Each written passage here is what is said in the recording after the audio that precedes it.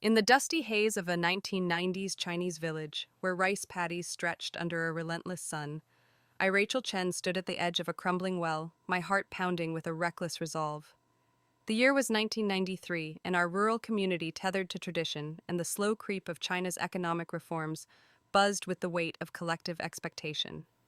The village's pride. James Walker, a young electrician with deft hands and a steady job at the state-owned power plant, was trapped below inspecting a faulty well that powered our irrigation. Dirt cascaded around him, the ground trembling with the threat of collapse. At 20, I didn't hesitate. I grabbed wooden planks, wedging them against the falling earth, shouting for help as I shielded him with my body. The villagers pulled him out, his leg bruised but intact, his face streaked with gratitude and fear. But the earth claimed me instead. My right hand crushed my ribs, cracked my organs, battered. I lay in the county hospital for months, teetering on the edge of disability, my dreams of college slipping away like water through my fingers. James and I had grown up together, our lives entwined since childhood. At 10, during a bitter winter, I had fallen through the ice of the village river, my lungs burning as the current dragged me under. James, barely older, dove in his small hands, hauling me to safety. "You owe me, Rachel," he'd teased, his grin warm despite the cold. That moment forged a bond I thought unbreakable, a debt I carried into adulthood. In our village, where favors were currency and gratitude, a lifelong vow, his act of heroism loomed large. So when I saw him in that well, my instinct was to repay him, to balance the scales of our shared past. I never imagined it would cost me everything. The village, steeped in the rigid social norms of the early 1990s, had its judgment. My sacrifice sparked whispers. Rachel saved James. He owes her his life. In a society where women were often bound to family and farm, my act was both heroic and scandalous, tying our fates in the eyes of the community. James, pressured by gossip and the town's elders, proposed marriage, his jaw tight, his eyes avoiding mine. I was naive, believing gratitude might bloom into love. But on our wedding day, in a modest ceremony under a red banner, I overheard him in the power plant's break room, his voice choked with regret. "Lily, I'm sorry," he murmured into the phone. "I can't marry you now, but in the next life, I swear I will." Lily Sanders, his childhood sweetheart, was his white moonlight, the untouchable dream I could never replace. Those words pierced me, but I swallowed the pain, hoping time would soften his heart. Marriage was a cage. James, earning a decent wage by village standards, funneled his salary elsewhere, likely to Lily, whose sharp beauty and city aspirations set her apart. I toiled in the fields, cared for his aging parents, and raised our 2 children, scraping by on side jobs while he grew distant. The 1990s brought televisions and bicycles to our village, symbols of a modernizing China, but our home remained bare. My frugality a shield against his indifference. He never hid his resentment. "If I hadn't married you," he spat one night, his breath heavy with rice wine, "I'd be with Lily, living the life I deserved." Our children, hearing his tales of my manipulation, grew to see me as the villain who stole their father's happiness. They believed I used my sacrifice to trap him, ruining his chance at true love. The village's gaze never softened. Women whispered at the market, pity laced with scorn. "Rachel forced James into marriage. No wonder he's miserable." In a culture where family honor trumped personal desire, my sacrifice was my shame. By the time our children were grown, James's bitterness had poisoned them. They sent me to a remote nursing home, a gray concrete building far from the village's bustle. There abandoned, I withered my college admission letter, a dream from my youth, long lost to hospital bills and time. I died alone, my final thoughts not of anger, but of regret, for a life given to a man who hated me. Lily Sanders, ever present in James's heart, haunted my marriage. She was the village's enigma. Her family was poorer than most, and her ambition was a quiet fire. She'd linger near the power plant, her laughter bright as she spoke with James, her eyes flicking toward me with subtle disdain. I learned later she'd tried for college but failed, her grades no match for the era's fierce competition. James's devotion to her fueled his resentment, and each act of kindness to me betrayed her. In my final years, I heard she'd left the village chasing opportunities in the city, leaving James to drown in his regrets. But by then, it mattered little. My life was a footnote, my sacrifice a chain I could never break. Purpose establishes Rachel's tragic past, her childhood bond with James, and the societal pressures of 1990s rural China setting the stage for her rebirth and quest for redemption. Dramatic appeal. The vivid well rescue contrasted with James's betrayal and Rachel's lonely death evokes deep sympathy and anticipation for her second chance, grounding the story in the era's cultural and economic shifts. The sun blazed over our village in the summer of 1993, casting long shadows across the dirt paths that wound through rice paddies and mud brick homes. I, Rachel Chen, stood at the edge of a restless crowd, my heart hammering not with fear, but with an eerie clarity. Before me, the well gaped like a wound in the earth, its wooden supports creaking as James Walker, clad in his electrician's uniform, prepared to descend. His hard hat glinted, tools clinking at his belt, his movements swift despite the foreman's barked warnings. Villagers murmured their voices a familiar hum. "Be careful, James. That well's unstable." The scene was seared into my soul the day I had once thrown myself into danger to save him, only to lose everything. But this wasn't my past life. I had been reborn, thrust back to this pivotal moment in the early 1990s, when China teetered between tradition and the promise of reform. My palms sweated not from worry for James, but from a churning mix of disgust and dread.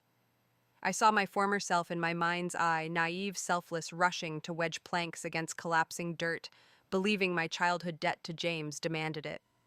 Rachel had paid with a crushed hand, a loveless marriage, and a lonely death in a nursing home. Now standing among the villagers, I felt their eyes heavy with the era's unspoken rules, loyalty to kin, repayment of favors, the weight of collective judgment. James had saved me at 10, pulling me from a frozen river, his boyish grin a beacon in my memory. But the man before me now, agile and proud, was the same one who would later call our marriage his biggest mistake, his heart tethered to Lily Sanders, his white moonlight. A pang of guilt flickered. Could I let him die? The thought clawed at me, stirring memories of our childhood laughter, racing through fields, sharing steamed buns under the willow tree. But those moments were shadows eclipsed by his betrayal. In my past life, I'd heard him whisper to Lily on our wedding day, promising her his next life. He'd drained our home of money, leaving me to scrape by while he pined for her. My children, poisoned by his lies, saw me as a schemer who trapped their father. The guilt faded, replaced by a cold resolve. I owed him nothing. This time, I would choose myself. The 1990s air crackled with change radios, blared news of market reforms, and bicycles jostled on newly paved roads, symbols of a nation awakening. Yet our village clung to its ways, where a woman's worth was tied to family, not ambition. My college dreams, sparked by late nights studying under a flickering oil lamp, had been my escape plan. In my past life, those dreams died in a hospital bed, my admission letter lost to time. Now reborn, I felt the weight of that lost future, a fire kindling within me. I could rewrite my story, but only if I broke free from the chains of obligation. James argued with the foreman, his voice sharp. He said the chain on this gear is faulty, pointing to the wheel's pulley. The foreman scoffed. Quit whining. Everyone's waiting for power. Villagers nodded impatient, their fields parched without irrigation. In my past life, James's hesitation had delayed him, worsening the collapse. I dashed forward, my body a shield. Now I stayed back, my feet rooted, my breath shallow. Was I condemning him, or was I saving myself? The question gnawed, but my body refused to move. My hands, once mangled for his sake, clenched into fists whole and strong. I saw Lily's face in my mind, her sharp eyes, her whispered promises to James. She'd fueled his resentment, her ambition a mirror to the era's hunger for more. The crowd pressed closer, dust rising as James checked his gear. My heart pounded, not for his safety, but for the choice. To act was to repeat my past, to sacrifice my future for a man who would despise me. To stand still was to reclaim my life, to let fate judge him. The villagers' warnings grew louder. Hurry, James, their voices a chorus of the community's will. In the 1990s, individual desires bowed to collective need, but I was no longer that Rachel.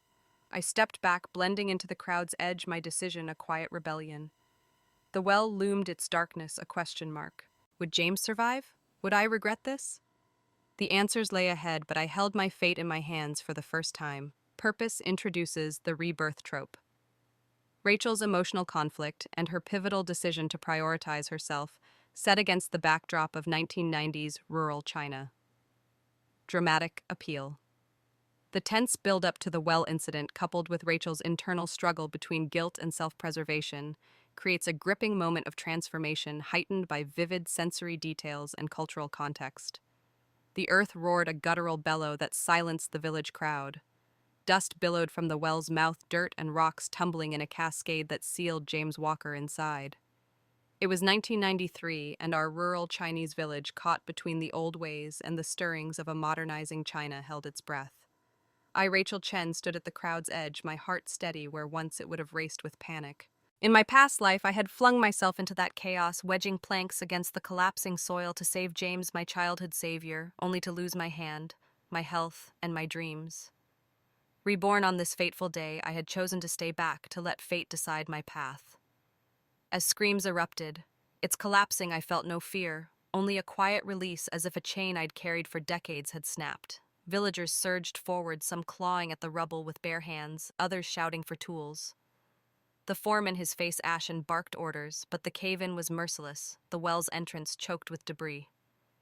In my past life, my sacrifice had lessened the impact, leaving James with a bruised leg and me with a shattered body. This time, without my intervention, the collapse was fiercer, the outcome uncertain. A flicker of doubt stirred had I condemned him. The memory of his boyish grin pulling me from the icy river at 10 clashed with the image of his cold eyes cursing our marriage while pining for Lily Sanders. I pushed the doubt away. My debt to him was paid in blood in that other life. This was my chance to reclaim what I'd lost. The 1990s pulsed with a restless energy in our village. Market reforms trickled in, bringing radios that crackled with news of coastal factories and the promise of wealth. Yet our lives were tethered to the land, to communal duties like this well that powered our fields. The crowd's desperation wasn't just for James, but for the irrigation that sustained their livelihoods. I watched their frenzy, detached, my thoughts drifting to the college admission letter waiting at the town post office. In my past life, I'd been unconscious in a hospital bed when it arrived, my chance at university stolen by injury and neglect. Now reborn, that letter was my lifeline, a ticket out of this village where women were expected to sacrifice ambition for family. A shout broke my reverie. They've got him. The villagers hauled James from the rubble, his leg twisted at an unnatural angle, his face bloodied but alive. Groans escaped him as they laid him on the ground, the ambulance's distant wail growing louder. I felt no urge to rush to his side, no pang of guilt. Instead, a strange calm settled over me, like I'd shed a burden I'd carried too long. The villagers' eyes darted toward me, some with curiosity, others with judgment. They remembered my past life's heroism, expecting the same now. But I was no longer that Rachel bound by their rules. I turned away my steps, deliberate, heading toward the town post office. Each stride felt like a declaration my life was mine to shape.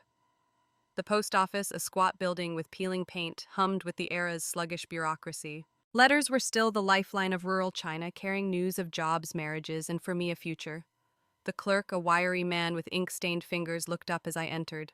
"Rachel Chen," he said, rifling through a stack of envelopes. My heart leapt. Could it be here?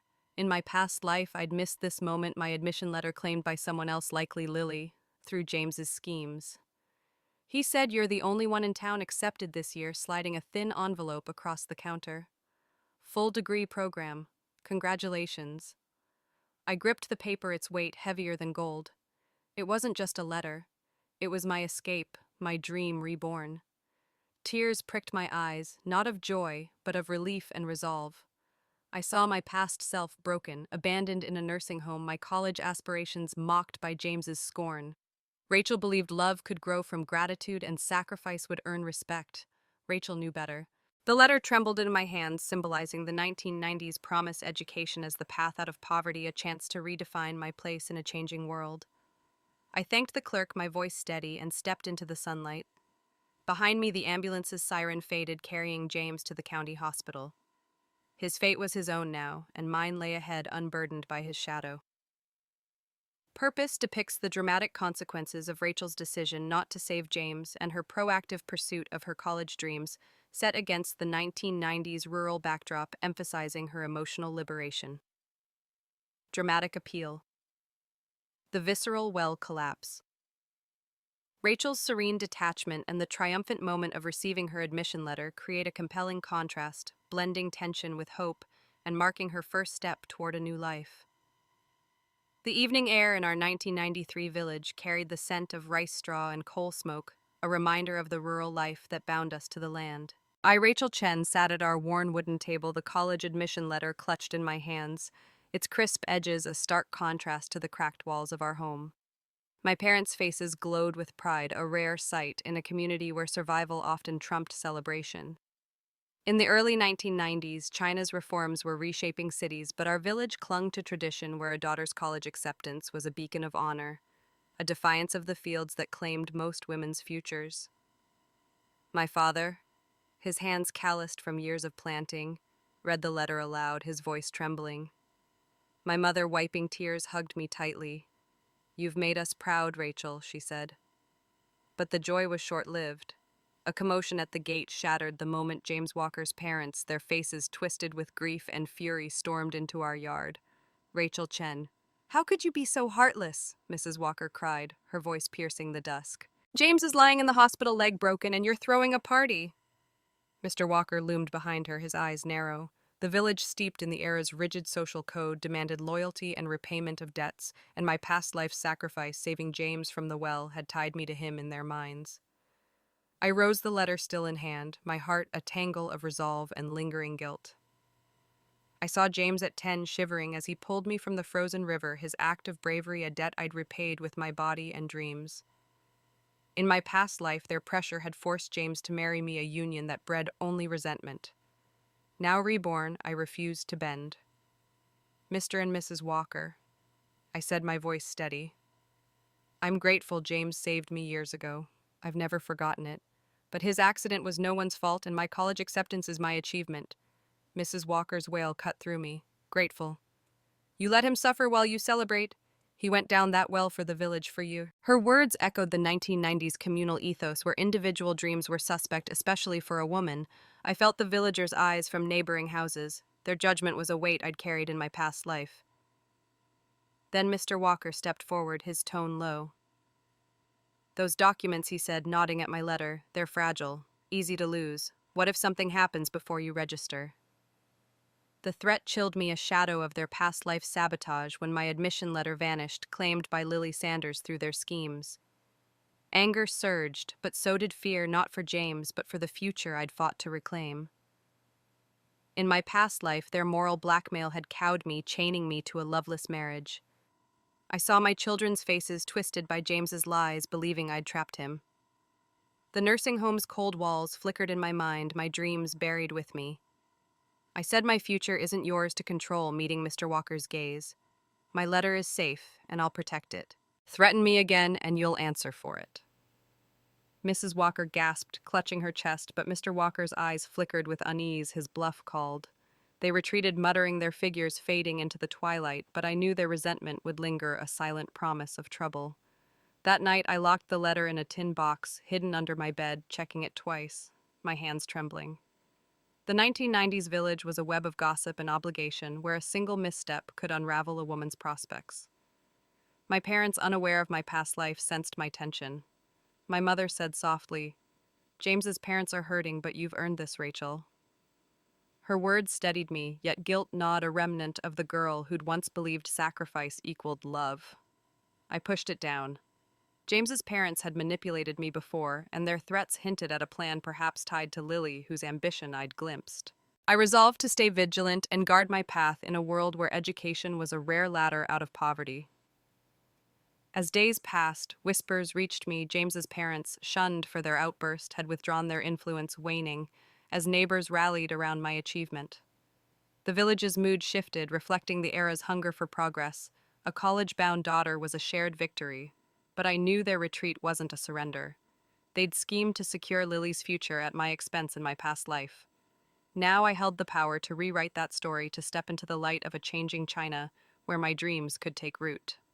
Purpose highlights the societal and familial pressures of 1990s rural China. Rachel's resilience against manipulation and the looming threat to her future, deepening her emotional stakes. Dramatic appeal. The intense confrontation with James's parents, laced with subtle threats, and Rachel's defiant stand creates a gripping clash heightened by cultural context and her internal struggle, setting the stage for escalating conflict. The late summer of 1993 draped our village in a haze of dust and anticipation, the air thick with the promise of harvest and the hum of China's awakening. I, Rachel Chen, walked the narrow path to the town post office, my college admission letter locked safely at home, its existence a quiet rebellion against the life I'd once led. The 1990s were a crucible of change. Market stalls now boasted radios and cheap wristwatches, symbols of a nation chasing prosperity. Yet our village clung to its rhythms of gossip and duty. My acceptance to university had made me a local marvel, a rare spark in a community where women's futures were often tethered to marriage and fields. But the threat from James Walker's parents, their veiled hint at losing my documents, gnawed at me, a reminder of their past life sabotage that cost me my dreams. As I neared the post office, a familiar figure caught my eye, James hobbling on crutches, his leg in a cast from the well collapse. Beside him was Lily Sanders, her arm linked with his, her sharp features softened by a calculated smile. Lily was an enigma in our village. Her family was poorer than most, and her mother was a seamstress who toiled for meager wages. Her failure to pass the college entrance exam had been a public sting, her father's scorn branding her a disappointment. Yet her ambition burned, fed by the era's tales of city wealth and opportunity. She'd always hovered near James, her laughter a lure, her eyes gleaming with a hunger for more. She'd taken my college spot in my past life, her path paved by James's schemes and my sacrifice. I ducked behind a gnarled tree, my pulse quickening as their voices drifted from a narrow alley. Rachel thinks college makes her a phoenix. James sneered, his voice bitter. That spot should be yours, Lily. We'll make sure of it. Lily's laugh was low, conspiratorial. Once I get her documents, I'll be in the city, James. My father won't dare call me useless then. My blood ran cold. They were plotting to steal my admission letter just as they had in my past life, forging records to hand Lily my future. The memory crashed over me, my hospital bed, my letter gone. Lily's name on the university roster. Reborn. I'd vowed to protect my path, but their audacity shook me, reminding me how close I'd come to losing everything again. Lily's motives crystallized in that moment. Her family's poverty, the village's judgment, and academic failure had fueled her desperate need to prove herself. College was her escape, a chance to shed the shame of her father's taunts and her mother's endless toil.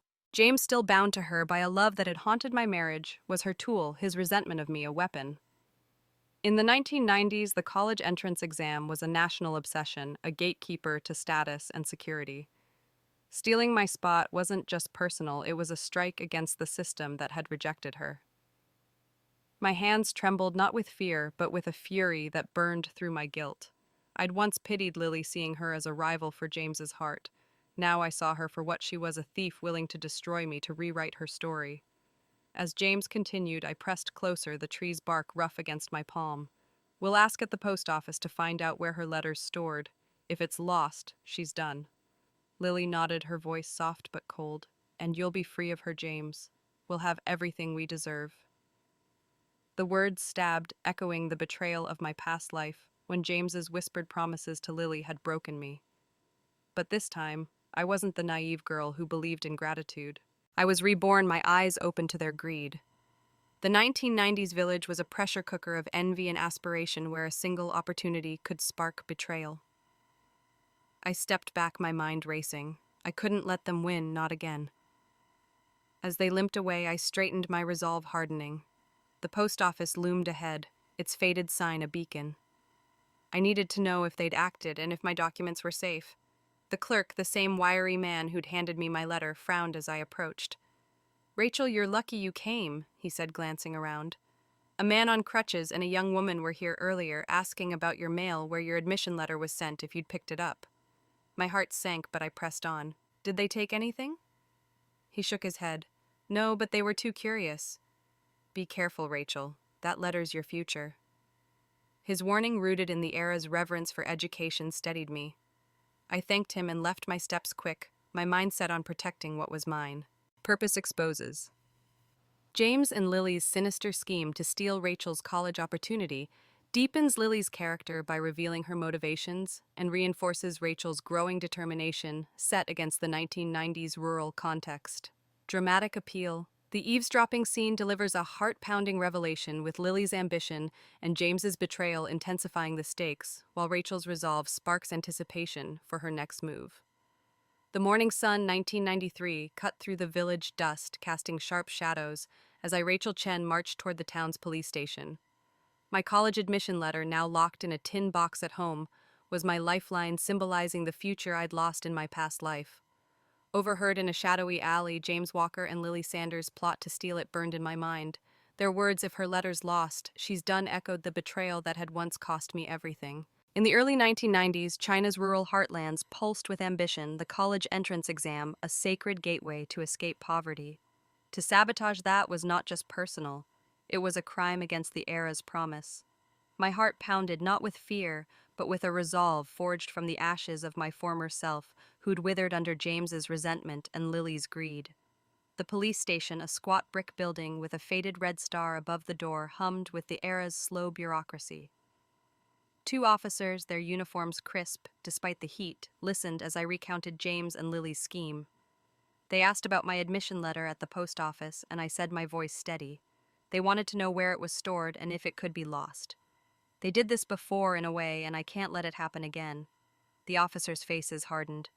In the 1990s, education was a national priority in China, and tampering with someone's college prospects was a serious offense, a betrayal of the collective dream. My past life's naivety, believing James's gratitude would save me, had no place here. I felt a flicker of guilt recalling our childhood bond, James's grin as he pulled me from the icy river. But that boy was replaced by a man who'd schemed with Lily to bury my future.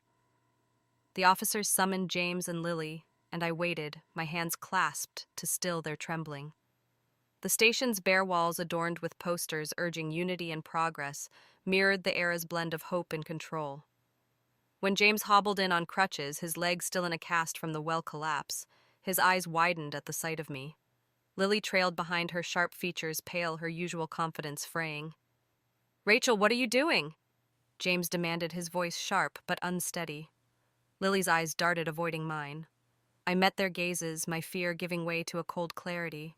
In my past life, their manipulation had chained me to a loveless marriage, my dreams stolen by their deceit. Now I was reborn, and I would not be their victim.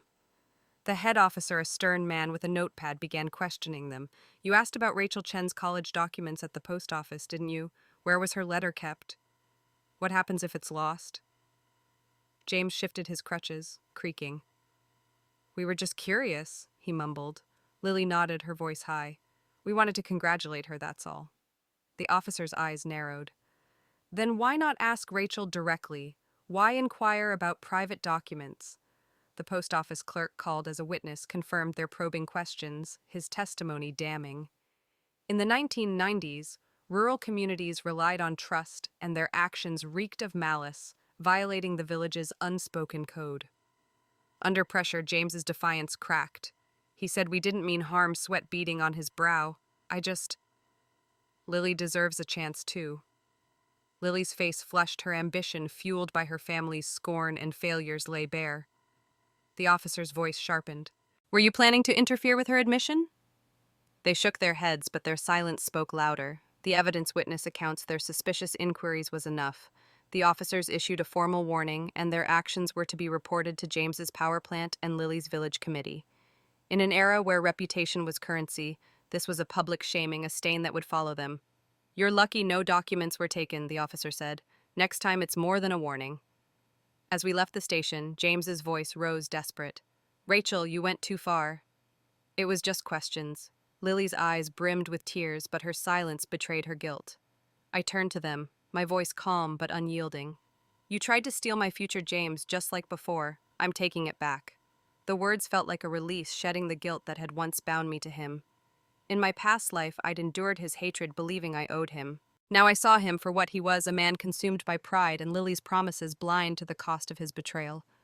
The village street buzzed with onlookers, their whispers reflecting the 1990s hunger for drama and justice. I walked away, my head high, leaving James and Lily to their disgrace. Purpose Showcase.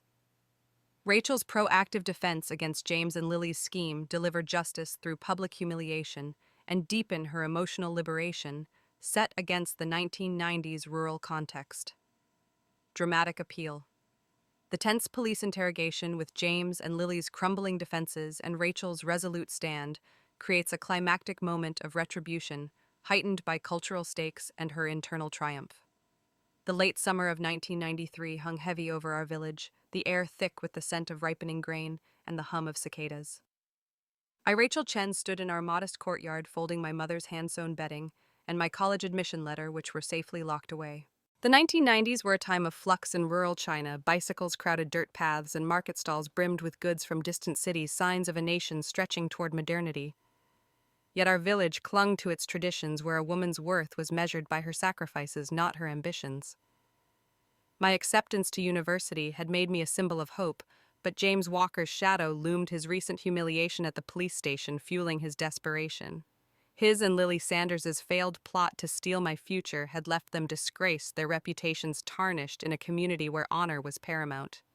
Each morning James appeared at our gate, his crutches sinking into the dust, his legs still in a cast from the well collapse. He carried gifts, brown sugar-steamed cakes, my childhood favorite, and roast chicken from the county's new shop, a luxury most villagers couldn't afford. Rachel talked to me, he called his voice a mix of plea and demand. The 1990s saw rising consumerism, and his offerings were a calculated appeal, a nod to the era's growing obsession with wealth. In my past life, such gestures might have swayed me, my naive heart mistaking them for care. Reborn, I saw them for what they were, attempts to reclaim control, to bind me to the guilt I'd once carried for his unhappiness. My heart wavered, stirred by memories of our youth, James sharing his steamed buns under the willow tree, his laughter bright as we raced through fields. He'd saved me from the frozen river at 10, a debt that had defined my past life sacrifices. But those memories clashed with the man he'd become, one who'd whispered promises to Lily on our wedding day, who'd let me toil while he dreamed of her. Each time he knocked, I felt a tug of pity, quickly drowned by the memory of my past life's end alone in a nursing home abandoned by the family I'd served. James, there's nothing to say, I said through the door, my voice firm. Leave. As the sky burned orange one evening, he grew bolder, banging on the gate. Rachel, I know you're in there. I brought your cakes and chicken. Don't ignore me. His tone carried the entitlement I'd known too well, the belief that my gratitude owed him my life. I opened the door, my hand steady, and faced him. His face was gaunt, his eyes desperate, the once proud electrician reduced to a man clinging to pride. You think these gifts erase what you did? I asked, pointing to the bags. You tried to steal my future from Lily. You can't repurchase me. In the 1990s, rural communities harshly judged and betrayed trust harshly, and James's actions made him a pariah, and his job at the power plant was now at risk. He flinched, his crutches wobbling. I was wrong, Rachel, but you can't just walk away. I'm hurt. My family needs you. His words echoed my past life when his needs had trapped me in a loveless marriage. A flicker of guilt surfaced. Could I abandon the boy who'd saved me? But I saw my children's faces twisted by his lies, blaming me for his misery. Your needs aren't my chains, James, I said. I owe you nothing. Take your gifts and go. I shut the door, the thud final, my heart racing with triumph and a lingering ache. I'd crumbled under such pressure in my past life, believing I owed him my dreams. Now I chose myself. The village buzzed with whispers of James's persistence, some pitying him, others praising my resolve. Rachel's going to college, a neighbor said at the market. She's not like us, tied to the land. The 1990s valorized education as a path to progress, and my defiance resonated, a quiet challenge to the era's gender norms. James's visits dwindled, his shame deepened by the police warning and the village's scorn. Each rejection fortified me, a step away from the woman who'd sacrificed everything for a man who'd hated her. As I packed for university, my mother's needle flashed as she mended my clothes, and I felt the weight of my past life lift. James's desperate pursuit was his battle, not mine. My future waited beyond the village in a world where I could define my worth. Purpose illustrates James's futile attempts to reclaim Rachel's loyalty, deepens her emotional struggle with guilt and resolve, and reinforces her break from the past, set against the 1990s rural context. Dramatic appeal. The tense standoffs at Rachel's gate, blending James's desperation with her steadfast rejection, create an emotional crescendo, heightened by nostalgic memories, and the era's cultural shifts building anticipation for her departure. The early autumn of 1993 painted our village in hues of gold and amber, the rice fields swaying under a cooling breeze. I, Rachel Chen, stood at the county bus stop, my mother's hand-sewn bedding tucked into a worn suitcase, my college admission letter safe in a hidden pocket. The 1990s were a time of transformation in China. Greenskin trains rattled toward cities carrying dreams of prosperity. At the same time, rural villages like ours teetered between tradition and the pull of modernity. My acceptance to university was a rare triumph, a defiance of the expectations that bound most women to farm and family. James Walker's desperate attempts to reclaim me, his gifts, his pleas had faded, deterred by the police warning and the village's scorn. As I boarded the bus, dust swirling around me, I felt a surge of liberation, my past life's chains breaking with each step. The bus jolted along unpaved roads, its seats crowded with farmers and peddlers, their chatter alive with the era's optimism, talk of new factories, better wages, a future beyond the fields. I clutched my suitcase, my heart a mix of exhilaration and unease. In my past life, I'd never left the village, my college dreams crushed by the well collapse and James's betrayal. I'd toiled for him, raising children who despised me, dying alone in a nursing home. Reborn, I was seizing my second chance, but the weight of my choice lingered. Had I been too harsh, rejecting the boy who'd saved me from the river at 10?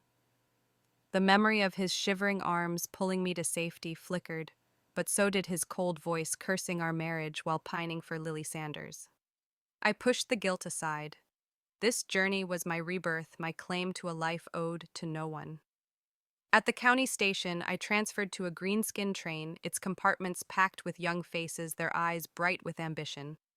The 1990s awakened China, and universities were the crucible where rural youth like me could forge new identities. I found a seat by the window, the train's rhythmic clatter a lullaby to my racing thoughts. Fields and villages blurred past each mile, a step away from the village's judgment from James's entitled gaze. My fingers traced the admission letter, its paper worn from my touch. It had been lost to hospital bills and Lily's schemes in my past life. Now it was my compass guiding me to a medical program in a city I'd only dreamed of. The train's whistle sounded a call to the future, and I let myself smile, the first genuine smile in days. The passengers around me swapped stories, tales of exams, parents scraping together tuition hopes for jobs in booming coastal cities. A girl beside me, her braid neat, spoke of becoming a teacher. "My village thinks I'm crazy," she said, "but I want to learn to be more than a wife." Her words echoed my heart, reflecting the 1990s shifting tides where women began challenging the roles carved for them. I nodded, sharing my plan to study medicine. To heal people, I said, and to stand on my own. The words felt like a vow, a rejection of the Rachel who'd sacrificed everything for James's ungrateful heart. As the train rolled on, I thought of my parents, their pride tempered by worry. My father had sold a pig to fund my travel, and my mother stitched my bedding late into the night. In the 1990s, college was a gamble for rural families, its costs steep against uncertain returns. Yet they believed in me, their faith a shield against the village's whispers. James hadn't appeared at the station. His absence was a relief. Perhaps his injury held him back, or the police warning had stung his pride. Maybe my final words calling out his betrayal had hit home. Whatever the reason, his shadow no longer followed me. The train's sway rocked me, and I closed my eyes, imagining the university lecture halls, books, a world where I was Rachel Chen, not James's burden. The journey stretched into dusk, the train's lights flickering as stars emerged. I felt a quiet strength born of the choice to save myself. In my past life, I'd believed love meant sacrifice, that gratitude bound me to James. Now I knew better, my life was mine to shape, not his to claim. The 1990s offered a new script, one where ambition could rewrite destiny. As the train neared the city, its skyline a faint glow, I straightened my suitcase, symbolizing my resolve. The village with its well and its wounds receded. Ahead lay freedom, a chance to become the woman I was meant to be. Purpose marks. Rachel's physical and emotional departure from her past, highlighting her liberation and the promise of a new life, set against the vibrant backdrop of 1990s China. Dramatic appeal.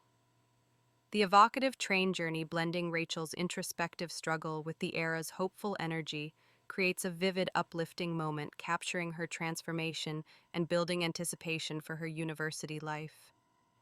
The autumn of 1993 welcomed me to the city where the university's red brick buildings stood tall against a skyline of cranes and smokestacks, symbols of China's 1990s boom.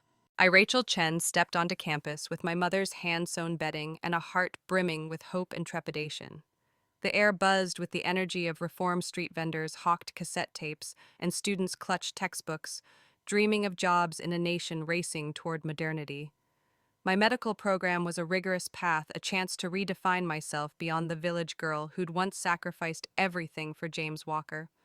In my past life, I'd lost this opportunity to a hospital bed and his betrayal. Reborn, I was determined to seize it, but the weight of my rural roots and the fear of failure lingered. The university was a world apart from my village, where women were expected to prioritize family over ambition. Lecture halls echoed with professors' voices, their chalkboards dense with diagrams of anatomy and pharmacology. I devoured every lesson, my nights spent in the library's dim glow, surrounded by books that smelled of ink and promise. Yet challenges loomed. Tuition strained my family's meager savings, forcing me to ration meals and mend my worn shoes. The city's pace overwhelmed me at first. Classmates from urban backgrounds spoke confidently, their accents polished while I wrestled with self-doubt, my rural dialect, a quiet mark of difference. One late night, struggling with a biochemistry exam, I questioned if I belonged, but the memory of my past life dying alone in a nursing home, my dreams stolen, pushed me forward. I wouldn't let fear win. The 1990s campus thrummed with idealism, students debating China's future over steaming bowls of noodles. I found camaraderie among peers who, like me, had fought to escape small-town limits. Scholarships became my lifeline. I applied for everyone, and my essays were fueled by a resolve to ease my parents' burden. Part-time jobs tutoring cleaning lab equipment filled my evenings, and each yuan saved a step toward independence. In my past life, I'd toiled for James, my labor unseen, my worth tied to his needs. Every effort was mine here, building a future no one could take. The struggle was real, but so was the thrill of carving my path. Amid the grind, I met William Jiang, a medical program senior whose steady demeanor contrasts with the chaos of my past. He noticed me in a group study session, and my notes were meticulous despite my frayed notebook. "You're relentless, Rachel," he said, his smile warm. Our talks grew from biochemistry to dreams he wanted to serve rural hospitals where doctors were scarce. Unlike James, whose love was a cage, William respected my ambition, never once belittling my rural roots. He shared his textbooks, helped me navigate scholarship applications, and saw my perseverance as a strength, not a shame. Our bond deepened over late-night study sessions, his quiet support a balm to the scars of my past life's loveless marriage. One evening, as we walked the campus under lanterns strung for the Mid-Autumn Festival, William asked about my village. I hesitated, the shadow of James, his resentment, his promises to Lily Sanders stirring unease. "It's behind me," I said, my voice soft. "I'm here to be someone new." He nodded, his eyes kind. "You already are, Rachel." The words unlocked something in me, a release from the girl who'd believed sacrifice was love. In the 1990s, China was redefining itself, and so was I. No one here knew of my past, of the well collapse, or the marriage that broke me. I was simply Rachel Chen, a medical student with a fire to prove herself. The festival's mooncakes and laughter filled the air, a reminder of the era's blend of tradition and change. I faced challenges, late nights, financial strain, the occasional sting of classmates' condescension, but each hurdle strengthened me.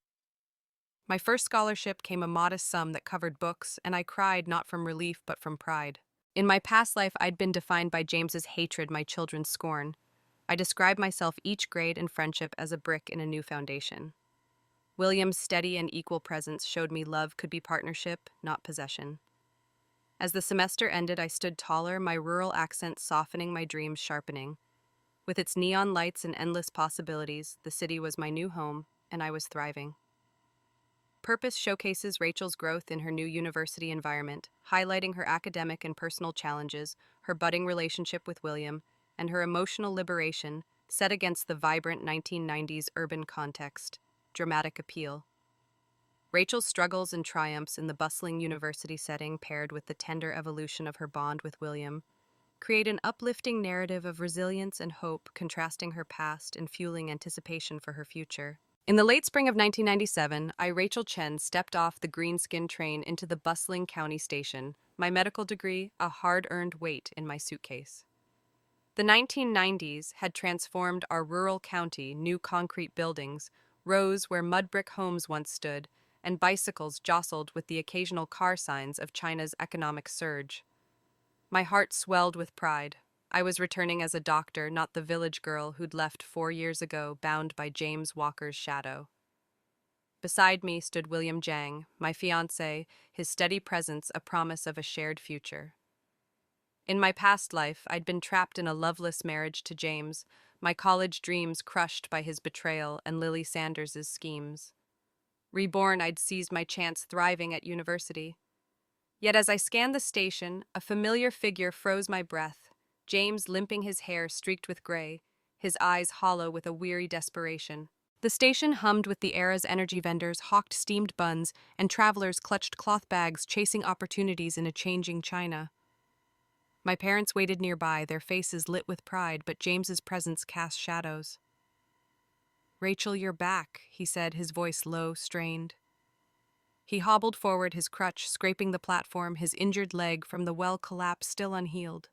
"You can't marry him," he blurted, grabbing my arm, his grip tight with a frantic need. "You love me. You always have." His words stirred a flicker of pain, memories of our childhood, his boyish grin as he saved me from the river at 10.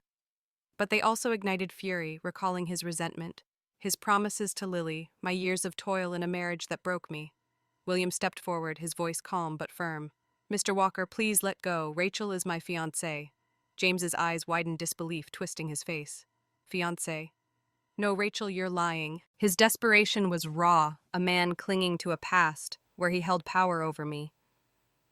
In the 1990s, rural men like James often saw women as extensions of their pride and status. His job at the power plant was gone, his reputation tarnished by the police warning I'd secured after his plot with Lily to steal my college admission. I pulled my arm free, my voice steady. "James, you never loved me. You cared for your pride for Lily. Our childhood debt was paid by me in a life you ruined. I owe you nothing." The words cut deeper than I expected, not just for him, but for me. I'd spent years at university shedding the guilt of my past life where I'd believed sacrifice could earn love. The station's noise faded, the crowd's eyes on us, a reminder of the village's watchful gaze.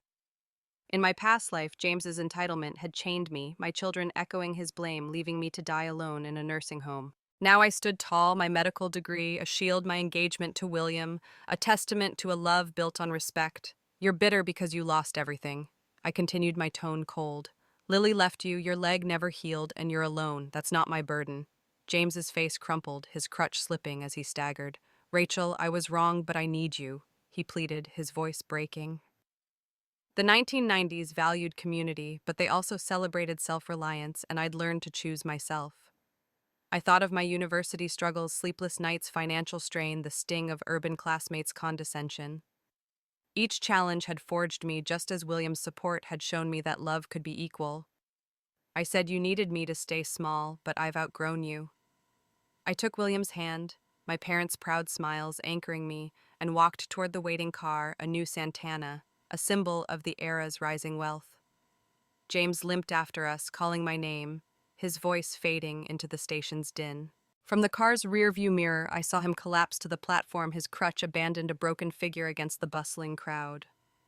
My heart ached not for him, but for the girl I'd been, who'd once believed his love was worth her dreams.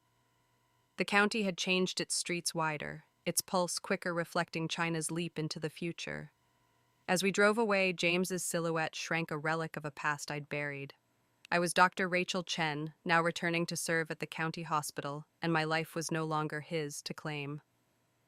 Purpose provides closure to Rachel's conflict with James, contrasting his downfall with her triumph, and reinforces her emotional liberation, set against the backdrop of a modernizing 1990s county. Dramatic appeal. The tense station confrontation with James's desperate plea and Rachel's resolute rejection delivers an emotional climax heightened by the era's cultural shifts and her hard-earned confidence paving the way for her new life. The summer of 1997 enveloped the county hospital in a haze of antiseptic and heat. the hum of new electric fans a testament to China's 1990s modernization. I, Dr. Rachel Chen, navigated the bustling corridors, my white coat a badge of the future I'd fought for. Fresh from university, I'd returned to serve at the hospital, my medical degree earned through years of late nights and relentless effort. In my past life, I'd been trapped in a loveless marriage to James Walker, my dreams crushed by his betrayal and Lily Sanders's schemes. Reborn, I'd reclaimed my path, leaving James's desperate pleas behind at the train station. Now, as I adjusted to my role in the outpatient clinic, a new crisis brought the past crashing back. James admitted to the ER after a catastrophic accident. The hospital buzzed with the era's energy, new X-ray machines gleamed, and nurses whispered about urban advancements trickling into our county. A nurse pulled me aside, her voice low. "It's James Walker from your village, electrocuted while working at the power plant, then fell from a pole. His spine's damaged, possible paralysis." My stomach twisted, not with pity, but with a cold detachment. James's resentment had poisoned my days in my past life. His devotion to Lily left me to toil alone. I walked to his ward, pausing at the door. He lay swathed in bandages, his eyes darting the once confident electrician reduced to a broken shell. I felt nothing, no anger, no sorrow, only the numbness of a doctor facing a patient. My past life's pain, abandoned in a nursing home, scorned by my children, had no hold here. Days later, a commotion erupted from James's room. Lily Sanders's voice, shrill and biting, cut through the hallway. "You're useless now. James paralyzed, who's going to support me?" In the 1990s, rural women like Lily often pinned their hopes on men's earnings, her ambition fueled by a family that branded her a failure for missing college. She'd clung to James, believing his job could lift her from poverty's shame. Now her dream was crumbling. "You promised me a city job if I helped you with Rachel's documents," she snapped. James's weak voice pleaded. "I did it for you, Lily. I thought we'd win." Their plot to steal my college admission, foiled by my police report, had left them humiliated, their bond now fraying under the weight of his injuries. I stood at the hall's end, listening, my heart steady. Lily's triumph, taking my college spot, had been my ruin in my past life. Reborn, I'd stopped them, but their greed had sown their destruction. A week later, the hospital reeled with a horrifying rumor. During a visit, James and Lily's argument turned violent. In a fit of despair, James, clutching a hidden fruit knife, stabbed Lily, wounding her gravely. His condition worsened the strain, and his injuries pushing him to the brink. By the time I heard Lily was in critical care and James was dead, his body succumbed to the trauma. The news sent shockwaves through the hospital, nurses whispering of their downfall, a cautionary tale in a county chasing progress.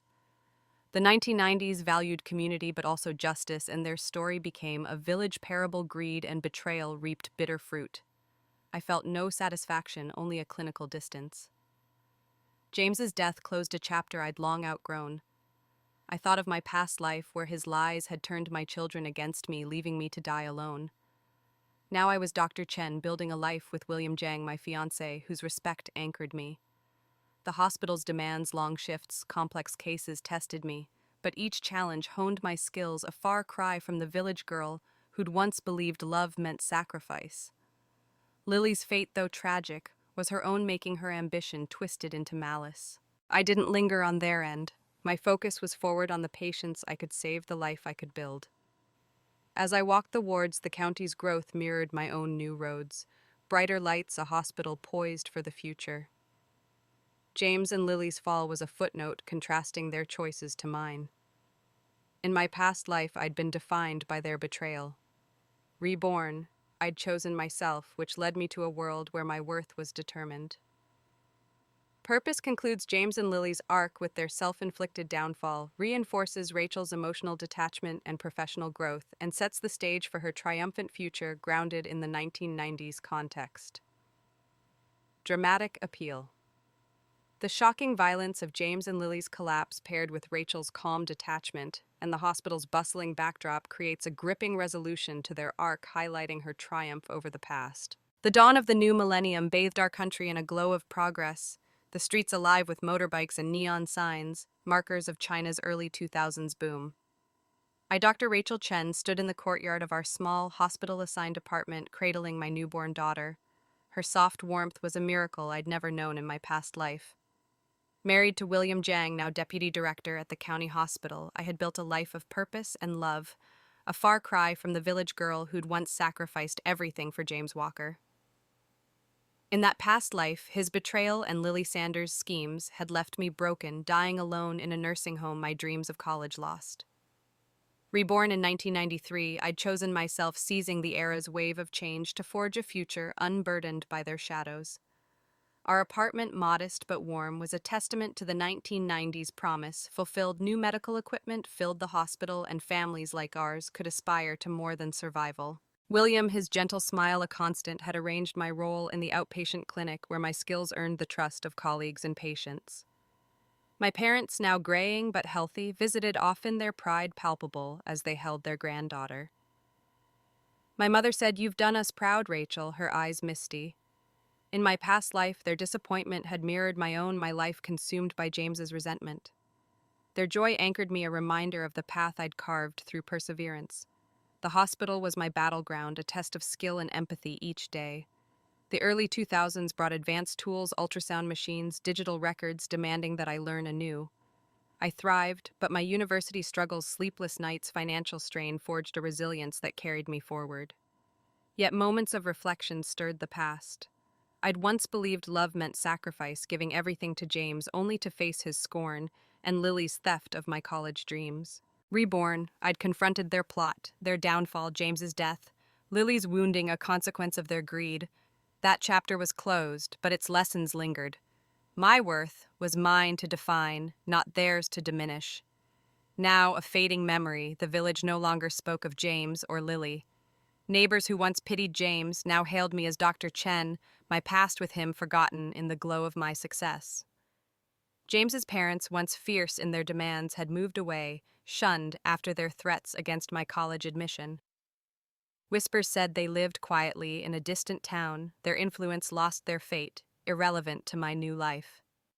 The 2000s, rural China, valued progress, and my story, a woman rising from sacrifice to strength, resonated, a nod to the era's shifting gender norms. I felt no triumph in their absence, only peace, my heart unburdened by their judgment. William and I built a home filled with laughter, our daughter's coos blending with the clink of teacups as we planned our future. His parents, kind intellectuals, welcomed me, despite my rural roots, their acceptance starkly contrasting James's family's disdain. At our wedding, a simple ceremony under blooming plum trees, no trace of James appeared. No congratulations, no shadow. Once wary of my choice to leave the village, my parents now saw William's steadiness, his Santana car symbolizing the era's rising middle class. "Take care of her," my mother told him, "her trust is a gift." He did not come as a savior, but as a partner, our dreams aligned in a world where equality was possible. Holding my daughter, I looked at the county's skyline, now dotted with high-rises, reflecting China's leap into the future. My career flourished, and my name was respected in hospital halls. While visiting the clinic, old neighbors marveled at my journey, their pity for James replaced by awe. "You changed your fate," one said, her words echoing the 2000s belief in self-made destinies. In my past life, I'd have been defined by sacrifice, but my children turned against me because of James's lies. Reborn, I'd chosen my path, proving no one owed another their life. With William, my daughter, and my parents by my side, I was whole, the pain of my past buried with James and Lily's fall. I, Rachel Chen, had become the woman I was meant to be.